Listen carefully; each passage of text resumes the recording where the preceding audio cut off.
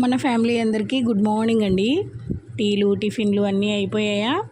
ఇవాళ మీరైతే ఏం టిఫిన్ తిన్నారు? నేనైతే గోధుమ పిండి రాగి పిండి కలిపి దోశ వేస్తున్నాను. నార్మల్గా మామూలుగా మనం దోశలు వేసుకుంటూ ఉంటాం కదా, అట్లాగా తెల్లవి కాకుండా ఇట్లాగా గోధుమ పిండి రాగి పిండితో వేసి చూడండి, చాలా బాగుంటాయి. ఇట్లాగా రాగి పిండి మిక్స్ చేసేటప్పుడు ఇంకా రాగి సరి చేయనన్నమాట. ఇంట్లో ఏదో ఒక విధంగా రాగులు అనేది మనం తీసుకోవాలి అంతే, అది ఏ విధంగానైనా పర్వాలేదు. ఇప్పుడు ఉప్పు వేసాను కదా, ఉప్పుతో పాటు లైట్గా బెల్లం కూడా వేసుకుంటారు, తీయగా ఉంటాయి, చాలా బాగుంటాయి.